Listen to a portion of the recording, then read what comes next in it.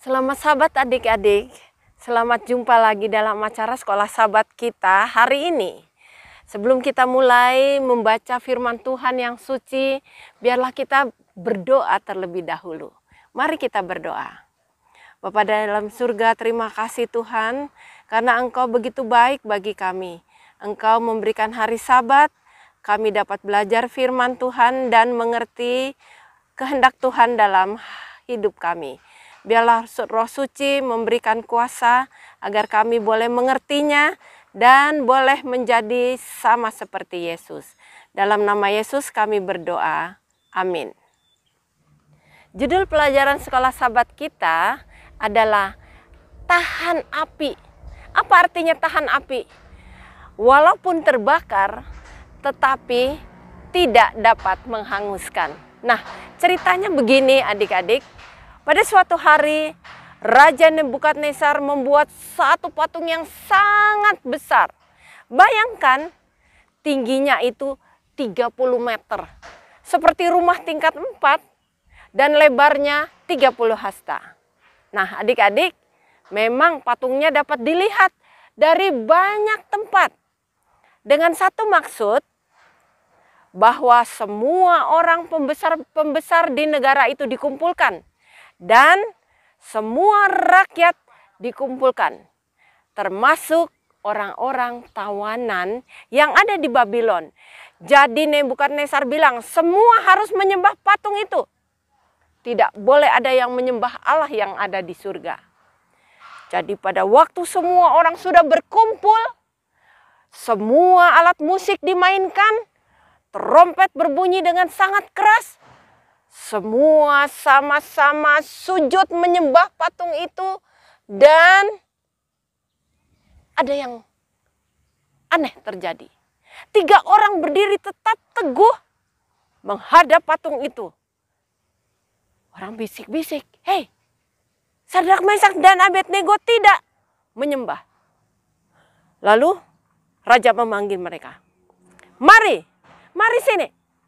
Mengapa kamu tidak menyembah patung yang aku dirikan itu? Lalu Nebukadnezar bilang, sekali lagi diberikan kesempatan supaya kamu menyembah patung itu pada waktu musik-musik itu dibunyikan. Tapi mereka bilang, Raja, Tuhan Allah yang kami sembah itu akan membebaskan kami dari api itu, dari dapur api itu. Tetapi kalaupun tidak, kami akan tetap menyembah Allah yang hidup itu. Kamu harus menyembah Dia. Lalu mereka dikasih kesempatan yang kedua. Bunyi musik yang keras menandakan semua orang harus datang menyembah patung itu. Tapi 3 orang itu tetap pada pendiriannya. Mereka tidak akan menyembah patung yang didirikan oleh Nebukadnezar. Luar biasa. Dan Nebukadnezar itu sangat marah. Nyalakan api itu 7 kali lebih panas ya, katanya. Dan betul, api itu dinyalakan dengan sangat panas. Sekarang 3 orang itu diikat. Sadrak, Mesak, dan Abednego. Dengan marah, tentara-tentara dan prajurit disuruh melemparkan mereka ke dalam dapur api. Anehnya yang pertama adalah orang-orang yang melemparkan itu justru mereka yang mati. Tetapi 3 orang itu berjalan-jalan di tengah-tengah api itu. Dan 3 orang yang dilemparkan, mereka sekarang melihat ada 4 orang yang ada di dalamnya. Nebukadnezar terbelalak heran. Siapa itu? Aku lihat mukanya seperti anak dewa. Mereka sama sekali tidak terbakar. Rambut mereka tetap seperti biasa. Malah tali-tali yang mengikat tangan mereka putus semuanya. Kemudian apa yang terjadi? Nebukadnezar mengatakan kepada mereka, Sadrak, Mesak, dan Abednego, keluarlah dari dapur api itu. Dan sekarang perintah raja berbeda. Dia memerintahkan seperti ini.